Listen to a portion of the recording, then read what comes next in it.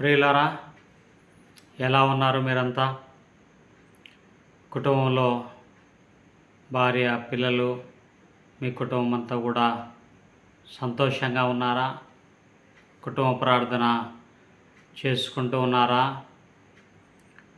ఈ మరి యొక్క ఆదివార దినములో దేవుడు మనలందరినీ కూడా సజీవులుగా నిలువబెట్టాడు. అందును బట్టి మనము దేవునికి కృతజ్ఞతాస్తుతులు చెల్లించాలి. మంచిది ప్రియులారా, మనము ఈ యొక్క వాక్య ధ్యానమును ప్రార్థన ద్వారా ప్రారంభించుకుందాం.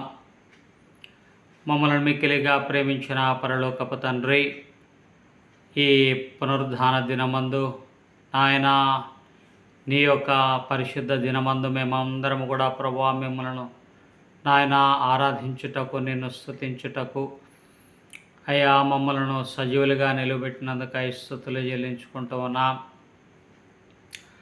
నాయన, నీవు బలమైన దేవుడవు, అబ్రహాము, ఇస్సాకు, యాకోబుల దేవుడవు, మా పితరుల దేవుడవు, మాకు కూడా నీవు చాలిన దేవుడవుగా ఉన్నందుకై నిన్ను స్తుతిస్తున్నాం. నీ కుమారుడు యేసుక్రీస్తు ప్రభువు నామములో మాకిచ్చిన రక్షణ కొరకై నిన్ను స్తుతించి కీర్తించుచు ఉన్నాము. దేవా, ఈ ఉదయకాల సమయంలో ప్రభా కొద్ది నిమిషములు నీ వాక్యమును ధ్యానము చేసుకున్న వలనని ప్రభువా మేమందరం కూడా నీ సన్నిధానంలో చేరి ఉంటున్నాము. నీ వాక్యం ద్వారా మా అందరితో మాట్లాడమని ప్రార్థన చేసుకుంటూ ఉన్నా. అలాగే ప్రభువా నన్ను కూడా నీ వాక్యము చేత ప్రభా నింపమని వేడుకుంటున్నాను. ప్రభా నీ బిడ్డలకు అందరికీ ప్రభా కావలసినటువంటి ప్రభా నాయన హెచ్చరికలను ప్రభా నాయన గొప్ప వాక్కులను ప్రభా తెలియజేయుటకు ప్రభా నీ వాక్యం ద్వారా ప్రభా నాయన నీ బిడ్డలను ప్రభా అయా బలపరచుటకు ప్రభా నన్ను బలపరచమని నీ సందులో వేడుకుంటూ సమస్త మహిమ ఘనత నీకే చెల్లించుకుంటూ యేసు పరిశుద్ధమైన నామములో ప్రార్థించి స్తుతించి అడిగి పొందుకొని ఉన్నాము తండ్రి, ఆమెన్. ఒక చిన్న పల్లవి పాడుకొని మనము దేవుణ్ణి స్తుతిద్దాం. నాకానందం కారణమిదే, పాప భారమెల్ల పోయెను, పాప భారమెల్ల పోయెను. పాప భారము చే కృంగి ఉంటేనే పాప భారం తీసి సమాధానమిచ్చెను. సర్వకాలము పాడుచుందును, యేసు భారమెల్ల బాపెను, యేసు భారమెల్ల బాపెను. నాకానందం కారణమిదే, పాప భారమంత పోయెను, పాప భారమంత పోయెను. పాప భారము చే కృంగియుంటిని, పాప భారం తీసి సమాధానమిచ్చెను. సర్వకాలము పాడుచుందును, యేసు భారమెల్ల బాపెను, యేసు పాపమెల్ల బాపెను. మంచిది ప్రియులరా, ఈ సమయంలో మార్కు సువార్త 9వ అధ్యాయము దానిలో 14వ వచనం నుండి మనము 29వ వచనం వరకు మనము ధ్యానం చేసుకుందాం ప్రియులరా. మార్కు సువార్త 9వ అధ్యాయం 14వ వచనం నుండి. వారు శిష్యుల యొద్దకు వచ్చి వారి చుట్టూ బహు జనులు కూడినుటయు శాస్త్రులు వారితో తర్కించుటయు చూచిరి. ఈ వాక్య భాగములో తదుపరి వచనాల్లో మనం గమనించినట్లయితే, ఒకప్పుడు ఆయన దగ్గరికి వచ్చి ఒక వ్యక్తి, బోధకుడా, మూగదయ్యము పట్టిన నా కుమారుని నీ యొద్దకు తీసుకొని వచ్చి తిని అని 17వ వచనంలో మనం చదవగలం ప్రియుల. ఒక వ్యక్తి తన కుమారుని తీసుకొని వచ్చాడు. ఎవరి దగ్గరికి? తన శిష్యుల యొద్దకు తీసుకొని వచ్చాడు. వారు అక్కడ కూడుకొని శాస్త్రులతో వారు తర్కిస్తున్నట్లుగా మనం గమనిస్తాం. ఇక ఈ వ్యక్తి తన కుమారుడు బాగవ్వాలని, తన కుమారునికి పట్టినటువంటి మూగ దయ్యము పోగొట్టవలనని శిష్యుల దగ్గరికి తీసుకొని వచ్చి వారిని అడుగుతాడు. ఆ తర్వాత ఈ శిష్యులు యేసు ప్రభు వారికి చెప్తారు సంగతి అంతా కూడా. ఇప్పుడు ఆ యొక్క మూగ దయ్యం పట్టిన వాని యొక్క పరిస్థితి ఏంటో మనం చూద్దాం ప్రియులారా. 17వ వచనం మళ్ళీ చదువుకుందాం. జనసమూహములో ఒకడు, బోధకుడా, మూగ దయ్యము పట్టిన నా కుమారుని నీ యొద్దకు తీసుకొని వచ్చి తిని, అది ఎక్కడ వానిని పట్టునో అక్కడ వానిని పడద్రోయును. అప్పుడు వాడు నురుగు కార్చుకొని పండ్లు కొరుకుకొని మూర్ఛిల్లును. దానిని వెళ్ళగొట్టుడని నీ శిష్యులను అడిగితిని గాని అది వారి చేత కాలేదని ఆయనతో చెప్పాను. ఒకప్పుడు ఆయన ఈ యొక్క వ్యక్తి తన కుమారుణ్ణి తీసుకుని వచ్చాడు, మూగ దయ్యం పట్టినటువంటి వ్యక్తిని. ఎక్కడికి? శిష్యుల దగ్గరికి తీసుకుని వచ్చి ఏమడుగుతున్నాడు? అయ్యా, నా కుమారుని స్వస్థపరచండి అని అడుగుతాడు. అయితే శిష్యులు వారి చేత కాలేదు. ఆ యొక్క మూగ దయ్యం పట్టినటువంటి ఆ కుమారుణ్ణి వారు స్వస్థపరచలేకపోయినారు.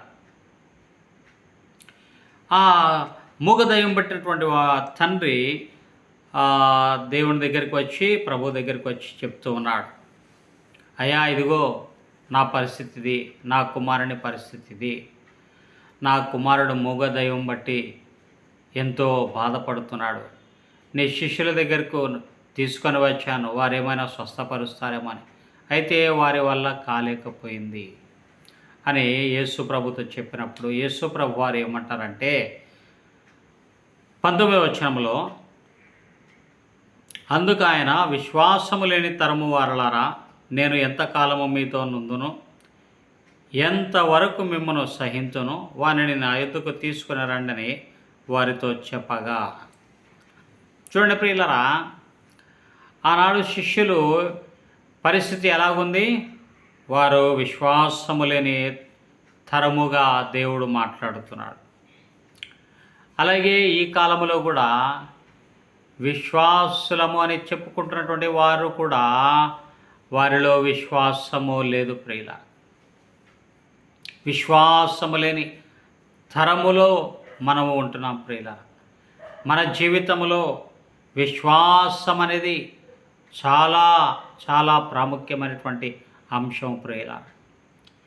క్రైస్తవ జీవితమునకు, క్రైస్తవ్యానికి పునాది ఏంటి అంటే క్రీస్తునందు విశ్వాసమే. చాలామంది మేము విశ్వాసులమండి, మేము పలానా సంఘమునకు వెళతాము, పలానా సహవాసమునకు వెళతాము అని వారి యొక్క సంఘములను గురించి, సహవాసముల గురించి వారు గొప్పగా చెప్పుకునేవారుగా ఉంటున్నారు. అయితే వారిలో విశ్వాసము కనబడటలేదు ప్రియుల. ఇక్కడ శిష్యులు కూడా కొంతమంది వారి పరిస్థితి కూడా అలాగే ఉంది. అందుకనే యేసు ప్రభు వారు ఏమంటున్నారంటే, విశ్వాసము లేని తరము వారలారా, ఎంత కాలము మీతో నుందును అని చాలా అసహనానికి గురైనట్టుగా మనము వింటున్నాం. అలాగే ఈ నా యొద్దకు తీసుకొని రండి అని చెప్తాడు. వారు ఆయన యొద్దకు వారిని తీసుకుని వచ్చిరి. దయ్యము ఆయనను చూడగానే వాని విలవిలలాడించెను గనుక వాడు నేలపడి నురుగు కార్చుకొనుచు పొర్లాడుచుండెను. అప్పుడు ఆయన, ఇది వీనికి సంభవించి ఎంతకాలమైనది వాని తండ్రిని అడుగగా, తండ్రికి ఒక ప్రశ్న అడుగుతున్నాడు, అయ్యా ఎంతకాలం నుండి నీ కుమారునికి పరిస్థితి అని అడిగినప్పుడు తండ్రి ఏమంటాడంటే, అతడు బాల్యము నుండియే అని చెప్తాడు. ఆ యొక్క మూగదయ్యం పట్టినటువంటి ఆ కుమారుని యొక్క పరిస్థితి ఎంతో దయనీయంగా ఉంది. ఆ కుమారునికి నెమ్మది లేదు, ఆ కుమారునికి సంతోషము లేదు. ఎప్పుడు బాధనే, ఎప్పుడు కూడా ఆ కుమారునికి రోగమే. అందుకనే వాడు ఏం చేస్తాడంటే అప్పుడప్పుడు తరచుగా అగ్నిలోనూ నీళ్లలోనూ పడద్రోయును. అంటే వాడికంతటికి వాడే ఆ యొక్క మూగ దయ్యము వాడిని ఏం చేస్తుందంటే ఆ యొక్క అగ్నిలో పడేటట్టుగా నీళ్ళలో పడేటట్టుగా చేస్తూ ఉన్నది. ఈ సమయంలో మన జీవితాల్లో కూడా నెమ్మది లేకపోవడానికి కారణము మన జీవితంలో కూడా మనకు తెలియకుండా అనేకమైనటువంటి అపవిత్రాత్మలు మనల్ని చుట్టుకొని ఉంటాయి. మన ఇంటిలో సమాధానము లేదు అంటే, మన ఇంటిలో సంతోషము లేదు అంటే కారణము ఆ ఇంటిలో ఉన్నటువంటి ఎవరిలోనైనా ఏ ఒక్కరిలోనైనా ఈ యొక్క అపవిత్రాత్మ ఉన్నట్లయితే ఆ యొక్క ఇంటిలో సంతోషము ఉండదు. ఈ కుమారుని బట్టి తండ్రికి లేదా వారి యొక్క ఇంటిలో సంతోషం లేదని మనము గమనించగలం ప్రియుల. ఆ యొక్క ఇంటిలో కలవరము ఉన్నప్పుడు ఆ వ్యక్తి యేసు ప్రభు దగ్గరికి వచ్చాడు తన కుమారుని తీసుకుని వచ్చి. అప్పుడు యేసు ప్రభు వారు ఏమంటున్నారంటే, అందుకు యేసు నమ్ముట నీ వలననైతే నమ్మువానికి సమస్తమును సాధ్యమే అని యేసు ప్రభు వారు అతనితో సెలవిచ్చాడు. కనుక ఈ ఉదయకాల సమయంలో మన కుటుంబంలో ఏ పరిస్థితులు ఉన్నాయో, మనము ఏ బలహీనతలతో మనం ఉంటున్నాము, లేకపోతే ఏ అపవిత్రాత్మల చేత మనం బంధింపబడి మనం ఉంటున్నామో ఆ విషయమై మనం ప్రభు సన్నిధికి వచ్చి, ప్రభువా ఇదిగో నా పరిస్థితి ఇది, నా యొక్క కుటుంబ పరిస్థితి ఇది, నా యొక్క పిల్లల పరిస్థితి ఇది, మా భార్యాభర్తల మధ్య పరిస్థితి ఇది అని మనము ప్రభు ఎదుట మనము తెలియజేసినప్పుడు మన దేవుడు మనల్ని బలపరిచేవాడుగా ఉంటున్నాడు. అప్పుడు మన ప్రభువు ఆయన మనతో ఏమని సెలవిస్తున్నాడంటే, నమ్ముట నీ వలనైతే నమ్మువానికి సమస్తమును సాధ్యమే. If thou canst believe, everything is possible to him that believeth అని వాక్యము సెలవిస్తుంది. కనుక ఈ ఉదయకాల సమయంలో నీవు యేసుక్రీస్తు ప్రభు రక్తమును నమ్ముతున్నావా? యేసుక్రీస్తు ప్రభువును నమ్ముతున్నావా? యేసుక్రీస్తు ప్రభు యొక్క పునరుద్ధాన శక్తిని నీవు నమ్ముతున్నావా? ఒకవేళ నీవు ఆ విధంగా నమ్ముతూ ఉన్నట్లయితే దేవుడు నీకు స్వస్థత కలుగజేయబోతున్నాడు. నీ కుటుంబమును బాగు చేయబోతున్నాడు. నీ కుటుంబమును ఆయన కట్టబోతున్నాడు.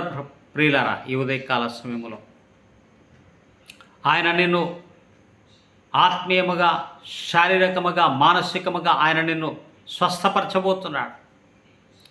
యేసు ప్రభువారు నీ కుటుంబమును పరలోకపు సంతోషముతో ఆయన నింపబోతున్నాడు. ఈ ఉదయకాల సమయంలో నీ కుటుంబములో ఉన్నటువంటి ఆ యొక్క అపవిత్రాత్మలు కావచ్చు, దురాత్మలు కావచ్చు, దయ్యములు కావచ్చు, అవన్నీ కూడా నీ ఇంటిని విడిచిపెట్టి ఇప్పుడే వెళ్ళిపోతున్నాయి. అలాగే యేసు ప్రభువారు నీ హృదయంలో ఉన్నట్లయితే నీకు నెమ్మది, సమాధానము దొరుకుతుంది. నీ కుటుంబంలో, నీ జీవితంలో నీవు ఏదైనా రోగము చేత బాధపడుతున్నావు అంటే, లేకపోతే నీ కుటుంబంలో నిత్యము గొడవలు, మనస్పర్ధలు, అనుమానములు, చిన్న విషయములకే గొడవలు ఆ విధంగా ఉన్నట్లయితే గమనించాలి, నీ ఇంటిలో దయ్యములు ఉన్నాయని గమనించాలి. అయితే ఆ యొక్క దయ్యములన్నింటినీ కూడా వెళ్ళగొట్టడానికి సమర్థుడు మన యేసు ప్రభువారు. చూడండి, ఆ కుమారునికి పట్టినటువంటి దయ్యమును ఆయన వెళ్ళగొట్టడం ద్వారా ఆ కుమారునికి స్వస్థత కలిగింది. కనుక ఈ ఉదయకాల సమయంలో కూడా పరిశుద్ధాత్మదేవుడు నిన్ను తాకబోతున్నాడు. ఆయన నిన్ను ముట్టబోతున్నాడు. నీకున్నటువంటి రోగములను, నీకున్నటువంటి ఆ యొక్క ప్రతికూల పరిస్థితులన్నింటిని కూడా ఆయన అనుకూలముగా మార్చి వేయబోతున్నాడు ప్రియులారా. అది ఏ సమస్య అయినా కావచ్చు, దేవునికి అసాధ్యమైనది ఏదీ లేదని మనము గమనించాలి ప్రియులారా. ఇక తదుపరి 24వ వచనంలో మనం చూసినట్లయితే, వెంటనే ఆ చిన్నవాని తండ్రి, నమ్ముచున్నాను, నాకు అపనమ్మకము ఉండకుండా సహాయము చేయమని బిగ్గరగా చెప్పాను. ఇక్కడ మనం గమనించినట్లయితే ఆ యొక్క చిన్నవాని తండ్రి ఏమంటున్నాడు? అయ్యా యేసయ్యా, నేను నమ్ముచున్నాను, నాలో అపనమ్మకం ఉండకుండా సహాయము చేయమని బిగ్గరగా చెప్పాను. అవును ప్రియులరా, మనం ఎప్పుడైతే ప్రభువా నాకు సహాయము చేయము అని మనం అడిగినట్లయితే మన దేవుడు ఆయన సహాయము చేయడానికి ఆయన సిద్ధంగా ఉన్నాడు. అందుకనే 54వ కీర్తన 4వ వచనంలో మనము గమనించినట్లయితే, ఇదిగో దేవుడే నాకు సహాయకుడు అని మనము గమనించగలం ప్రియులారా. అలాగే యెషయా గ్రంథము 41వ అధ్యాయము 10వ వచనంలో కూడా మనము గమనించగలము. ఇదిగో నేను నీకు సహాయము చేయుచున్నాను, ఇదిగో దేవుడే నాకు సహాయకుడు అని మనం వాక్యం చదువుతున్నాం ప్రియులారా. అలాగే హెబ్రీయులకు రాసిన పత్రిక 13వ అధ్యాయము 6వ వచనంలో కూడా మనము చదవగలము, ప్రభువే నాకు సహాయకుడు అని మనం చదవగలుగుతున్నాం. కనుక ప్రియులారా, మన దేవుడు ఆయన మనకు సహాయకుడుగా ఉన్నాడు. ఇదిగో నీవు నిస్సహాయ స్థితిలో ఉన్నప్పుడు, నీవు పడిపోయిన స్థితిలో ఉన్నప్పుడు నిన్ను లేవనెత్తడానికి ఆయన సిద్ధంగా ఉన్నాడు. ఆయన యొద్ద నుండే మనకు సహాయము దొరుకుతుంది. నీ జీవితంలో ఈ మాటలు నమ్ముతున్నావా? ప్రభువు నన్ను స్వస్థపరచగలడు, ప్రభువు నాకున్నటువంటి ఈ యొక్క ఇబ్బందికరమైనటువంటి పరిస్థితుల నుండి ఆయన నన్ను విడిపించగలడు, ఆయన నన్ను గొప్పగా ఆయన నన్ను దీవించబోతున్నాడని నీవు నమ్ముచున్నావా ఈ ఉదయకాల సమయంలో? ఆ విధంగా నీవు నమ్ముచున్నట్లయితే నీ నమ్మిక ప్రకారము దేవుడు చేయనుగాక. చూడండి ప్రియులారా, మీలో అపనమ్మకము ఉండకూడదనేది దేవుని యొక్క ఆశ. నీ యొక్క కుటుంబంలో నీవు అద్భుతములు చూడలేకపోతున్నావంటే, నీ జీవితంలో నీవు అభివృద్ధిని చూడలేకపోతున్నావంటే, నీ యొక్క ఆర్థిక ఇబ్బందులు తొలగిపోవడం లేదంటే, నీ యొక్క అప్పుల సమస్యలు తీరడం లేదు అంటే నీలో అపనమ్మకము ఉన్నది అని గమనించాలి. ఆ యొక్క అపనమ్మకము మనలో నుండి తొలగిపోవునుగాక. ఈ ఉదయకాల సమయంలో మనము పరిపూర్ణ విశ్వాసముతో మనము ఉండవలనని పరిశుద్ధాత్మ దేవుడు మనతో మాట్లాడుతున్నాడు ప్రియులారా. అలాగే విశ్వాసమందు మనము నిలిచి ఉండాలని దేవుని యొక్క వాక్యంలో మనము హెచ్చరింపబడుతున్నాం ప్రియులారా. మనము ఎప్పుడైతే విశ్వాసము కలిగి ఉంటామో మనము గొప్ప కార్యములను మనము చేయగలం ప్రియులారా. ఎంత విశ్వాసం ఉండాలండి? ఆవగింజంత విశ్వాసం ఉన్న ఎడలా ఈ యొక్క పర్వతమును చూచి తొలగిపోయి వేరే చోటికి వెళ్ళిపోమ్మని ఆజ్ఞాపించినట్లయితే ఆ విధంగా జరుగుతుందని మనము దేవుని యొక్క వాక్యములో మనము చదవగలం ప్రియులారా. అంతటి అచంచలమైన విశ్వాసం మనము కలిగి ఉండాలి ప్రియులారా. ఇక ప్రభు ఏమంటున్నాడంటే ఆ తండ్రితో, అయ్యా నీవు నమ్మినట్లయితే నమ్మువారికి సమస్తమును సాధ్యమే, నమ్ముట నీ వలననైతే నమ్మువారికి సమస్తము సాధ్యమని యేసు ప్రభువారు సెలవిస్తున్నాడు. ఈ ఉదయకాల సమయంలో అదే మాటలు నీతో కూడా సెలవిస్తున్నాడు. నమ్ముట నీ వలన అవుతుందా? ఈ ఉదయకాలంలో నమ్మిన ఎడల నీవు స్వస్థతను పొందుకోబోతున్నావు. నీ యొక్క జీవితము బాగైపోతూ ఉన్నది. ఇక 25వ వచనం మనం గమనించినట్లయితే, జనులు గుంపు కూడి తన యొద్దకు పరిగెత్తుకొని వచ్చుట యేసు చూచి, మూగవైన చెవిటి దయ్యమా, వారిని వదిలిపొమ్ము, ఇక వారిలో ప్రవేశింపవద్దని నీకు ఆజ్ఞాపించుచున్నానని చెప్పి ఆ అపవిత్రాత్మను గద్దించాను. అప్పుడు అది కేక వేసి వారిని ఎంతో విలవిలలాడించి వదిలిపోయాను. చూడండి ప్రియులారా, యేసు ప్రభువారు ఆ యొక్క అపవిత్రాత్మను, ఆ యొక్క మూగ దయ్యమును ఏ విధంగా వెళ్ళగొడుతున్నాడో చూడండి. మూగవైన చెవిటి దయ్యమా, వారిని వదిలిపొమ్ము. ఉదయకాల సమయంలో నేను కూడా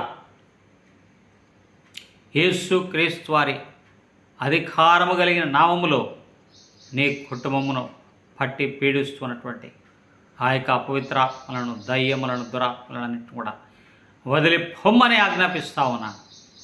నీ యొక్క కుటుంబంలో పరలోకపు శాంతి నింపబడును గాక అని నేను ఆజ్ఞాపిస్తున్నాను. ఎందుకనగా యేసు క్రీస్తు ప్రభునందు విశ్వాసం ఉంచినటువంటి నేను అటువంటి అధికారము యేసు క్రీస్తు వలన నేను పొందుకొని ఉన్నాను. నీ కుటుంబంలో ఈ దినము నుండి దేవుని మహిమ నింపబడును గాక, ఆయన ప్రసన్నత మీరు చూచుదురుగాక, మీ యొక్క ఇండ్లు పరిశుద్ధాత్మ చేత నింపబడును గాక, దేవుని ఆత్మ చేత మీరందరూ కూడా నింపబడుదురుగాక, మీ యొక్క కుటుంబములు దీవింపబడును గాక అని పరిశుద్ధాత్మ శక్తి కలిగినటువంటి, అధికారము కలిగినటువంటి నామములో నేను ఆజ్ఞాపిస్తున్నాను. ప్రియుల, ఈ యొక్క మూగదయమును వెళ్ళగొట్టినాడు. ఆ మూగదయము వానిని వదిలిపోయిన తర్వాత వాడి యొక్క పరిస్థితి ఏ విధంగా ఉంది చూడండి.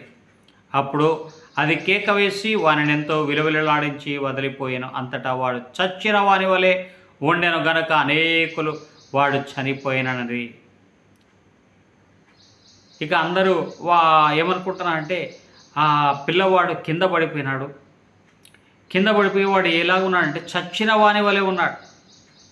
ఇక అందరూ ఇంకా అయిపోయింది వాడి పని, వాడు చనిపోయాడు అని అనుకుంటున్నారు. అయితే యేసు వాని చెయ్యి పట్టి వాని లేవనెత్తగా వాడు నిలవబడను. ఈ ఉదయకాల సమయంలో యేసు ప్రభువారిని చెయ్యి పట్టి నిన్ను లేవనెత్తబోతున్నాడు.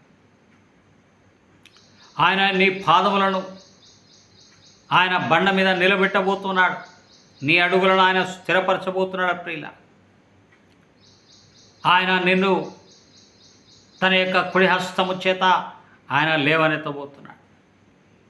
ఆయన తన బాహువును చాపి ఆయన నిన్ను ముట్టబోతున్నాడు ఈ ఉదయకాల సమయంలో. ఇక ఆ చిన్న పిల్లవాడిని చేయబట్టి లేవనెత్తగా వాడు నిలవబడ్డాడు. ఆయన ఇంటిలోనికి వెళ్ళిన తర్వాత ఆయన శిష్యులు, మేమెందుకు ఆ దయ్యమును వెళ్ళగొట్టలేకపోతామని ఏకాంతమున ఆయనను అడిగిరి. అందుకు ఆయన, ప్రార్థన వలననే కానీ మరి దేని వలనైనను ఈ విధమైనది వదిలిపోవట అసాధ్యమని వారితో చెప్పాను. చూడండి ప్రియులరా, ఇక్కడ శిష్యులు ఏకాంతముగా యేసు ప్రభు దగ్గరికి వచ్చి అడుగుతున్నారు, అయ్యా మేమెందుకు వెళ్ళగొట్టలేకపోయినాము ఆ దయ్యమును అని వారు అడిగినప్పుడు ప్రభువారు ఏమంటున్నారంటే, ప్రార్థన వలననే కానీ మరి దేని వలనైనను ఈ విధమైనది వదిలిపోవట అసాధ్యమని వారితో చెప్పాను. కాబట్టి రాత్రి ఈ ఉదయకాల సమయంలో నీ జీవితంలో కూడా నీవు అపజయము చూస్తూ ఉన్నావంటే, నీ జీవితంలో నీవు నష్టము చూస్తున్నావంటే ప్రార్థన జీవితము లేదు. ప్రార్థన చేయవలసినంతగా ప్రార్థించటలేదు, లేదా నీ ప్రార్థనలో లోపం ఉండవచ్చు, విశ్వాసము లేని ప్రార్థన అయి ఉండవచ్చు. అందుకనే నీ కుటుంబంలో రోగములు, బాధలు, ఇబ్బందులు, సమస్యలు ఒకదాని వెంట ఒకటి, ఒక ఆరోగ్య సమస్య తర్వాత ఇంకొక ఆరోగ్య సమస్య, ఇంకొక అప్పులు తీరిన తర్వాత ఇంకొకటి అప్పులు చేయడం, లేకపోతే నీ పిల్లలు ఒకరి తర్వాత ఒకరు అస్వస్థగా రోగము పట్టి మంచము పట్టి ఉండవచ్చు. నీ జీవితంలో నీకు ఒక సమస్య తర్వాత సమస్య వెంబడి సమస్య వస్తూ ఉన్నాయంటే నీవు ప్రార్థనలో నీవు వెనుకబడి ఉన్నావని అర్థం. అలాగే ఉపవాస ప్రార్థన కూడా ఎంతో శక్తివంతమైనదని మనము గమనించగలం ప్రియులారా. నీ జీవితంలో నీ కుటుంబంలో నీవు నీ కుటుంబంతో కలిసి వారమునకు ఒక్క పూటైనా ఉపవాసముతో ఉండి ప్రార్థన చేసినట్లయితే నీ కుటుంబంలో ఉన్నటువంటి సమస్యలను తొలగించడానికి ప్రభువు సిద్ధంగా ఉన్నాడు ప్రియులారా. ఈ దినమున దేవుడు నిన్ను ఆయన ముట్టబోతున్నాడు. ఈ వాక్యం ద్వారా నీవు తెలుసుకున్నటువంటి సత్యములను నీవు నీ అనుదిన జీవితంలో పాటించినట్లయితే నీ కుటుంబమును దేవుడు బహుగా ఆయన హెచ్చించబోతున్నాడు. ఈ దినము నుండి నీవు నీ కుటుంబంతో కలిసి ప్రార్థన చెయ్యి. నీ యొక్క కుటుంబంతో కలిసి ఉపవాస ప్రార్థన చెయ్యి. అప్పుడు దేవుడు నీ కుటుంబమును ఆయన నడిపించబోతున్నాడు. ఆయన అద్భుతముగా ఆశ్చర్యకరముగా ఆయన నిన్ను వాడుకోబోతున్నాడు ప్రియులారా. ఈ సమయంలో నీ జీవితంలో నీ కుటుంబంలో ఉన్నటువంటి ఆ యొక్క పవిత్రాత్మలు, దయ్యములు, దురాత్మలన్నింటిని కూడా నజరేయుడైన యేసు క్రీస్తు నామములో గద్దిస్తున్నాను. నీ కుటుంబం విడిచిపెట్టి పొమ్మని ఆజ్ఞాపిస్తున్నాను. నీ కుటుంబమునకు నెమ్మదిని ఆయన సమాధానమును కలుగజేయునుగాక. మంచిది ప్రియులారా, మనము ప్రార్థన చేసుకుని దేవుని యొక్క వాక్యమును ముగించుకుందాం. మమ్మల్ని మిక్కిలిగా ప్రేమించిన పరలోకపు తండ్రి, ఈ ఉదయకాల సమయంలో నీ వాక్యమును ధ్యానించుటకు మాకు ఇచ్చిన గొప్ప భాగ్యము కొరకై స్తోత్రములు దేవా. అవును తండ్రి, అయా తండ్రి, మార్కు సువార్త 9వ అధ్యాయంలో ప్రభువా నానా ఆ యొక్క మూగ దైవం పట్టినటువంటి ఆ యొక్క తండ్రి చిన్నవాణిని ప్రభువా నీవు ఏ విధంగా స్వస్థపరిచావో ప్రభువా నాయన, ఈ సమయంలో కూడా ప్రభువా మా ప్రియుల కుటుంబాలలో ప్రభువా తండ్రి ఏ అపవిత్రాత్మల చేత ప్రభువా వారు పీడింపబడుతున్నారో ప్రభువా ఆ యొక్క అపవిత్రాత్మల నుండి ప్రభువా నాయన వారికి విడుదలను విముక్తిని కలుగజేయమనని సందులో ప్రార్థన చేసుకుంటున్నాము యేసయ్య. ఇదిగో నాయన మా ప్రియులందరూ కూడా ప్రభువా నాయన, నా దేవుడు సమర్థుడు, ఆయన నన్ను స్వస్థపరచగలడు, ఆయన నా కుటుంబమును ఆయన బాగు చేయగలడు అనే విశ్వాసముతో ప్రభువా నమ్ముటకు ప్రభువా నాయన వారిలో ప్రభువా విశ్వాసమును పుట్టించమని ప్రార్థన చేసుకుంటున్నాము దేవా. అవును నాయన, నమ్ముట నీ వలనైతే నమ్మువానికి సమస్తము సాధ్యమే అని ప్రభా నీ వాక్యము సెలవిచ్చినట్లుగా ప్రభా నీ బిడ్డలు నాయన నమ్మి ప్రభా నీ నుండి అద్భుతములు ప్రభా వారు పొందుకున్నటకు సహాయం చేసి మహిం పొందండి. నీ బిడ్డల కుటుంబములను దీవించండి, కాపాడుమని వేడుకుంటున్నా, భద్రపరచండి దేవా. అయ్యా నీ బిడ్డల కుటుంబంలో ఉన్నటువంటి ప్రభా నాయన ప్రతికూల పరిస్థితులన్నింటినీ కూడా ప్రభా నీవే అనుకూలముగా మార్చివేయమని సందులో ప్రార్థన చేసుకుంటున్నాను. ప్రభా నీ బిడ్డల కుటుంబములను ఏలుబడి చేస్తున్నటువంటి ప్రభా నాయన దారిద్ర్యమును, శాపమును, చీకటి అంతటిని కూడా నజరేయుడైన యేసు క్రీస్తు నామములో కొట్టివేయించున్నాను దేవా. అయా నీ బిడ్డలను ప్రభా వారి యొక్క ఇండ్లను వెంటాడుతున్నటువంటి ప్రభా దుష్ట శక్తుల ప్రభావములన్నింటినీ కూడా నజరేయుడైన యేసు క్రీస్తు నామములో కొట్టివేయించున్నాను ప్రభా. నీ బిడ్డల కుటుంబములను ప్రభా నీవే ప్రభా నీ యొక్క పరిశుద్ధాత్మతో నింపండి నాయనా, పరిశుద్ధాత్మ చేత వారిని నింపండి దేవా.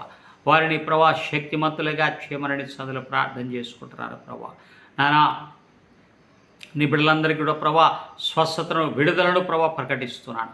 వారి యొక్క కుటుంబములు ప్రభా నాయన శాంతి సమాధానముతో నింపబడను గాక అని సందులో ప్రార్థన చేసుకుంటారా. నీ బిడ్డల కుటుంబములకు ప్రభా ఈ ఉదయకాలమున శుభములు పలుకుతున్నాను ప్రభువా. నన్ను ఈ బిడ్డలను ప్రభా దీవించి ప్రభా రక్షించి ప్రభా నీ యొక్క మార్గములను నడిపించి మహిం పొందండి ప్రభా. నీ కొరకు ప్రభా నీ బిడ్డలను ప్రభా సాక్షులుగా ప్రభా నీవు నిలబెట్టుకున్న ప్రార్థన చేసుకుంటూ ఈ దినము ఆదివారం ప్రభా నన్ను మేమందరం కూడా నీ యొక్క మందిరమునకు వెళ్ళి ప్రభా తండ్రి ఆయా ఆత్మతోనూ సత్యముతోనూ ప్రభా ఆరాధించుటకు ప్రభా సిద్ధపరిచి మహిం పొందండి. ఎక్కడెక్కడైతే ప్రభా ఆరాధనలు జరుగుతున్నాయో ప్రభా నానా ప్రభా ఘనముగా జరిగించండి. ఎక్కడ కూడా ఎలాంటి ప్రభా తొందరలు కలగనియద్దండి ప్రభా. తండ్రి ఆటంకములను తీసివేయండి ప్రభా.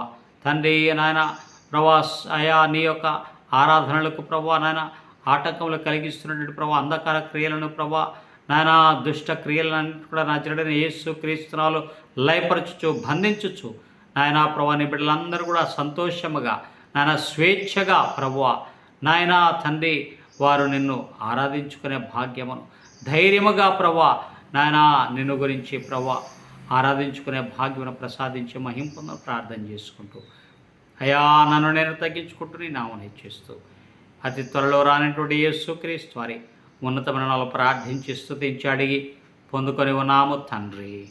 ఆమెన్. మీ అందరికీ కూడా వందనములు తెలియజేసుకుంటున్నాను.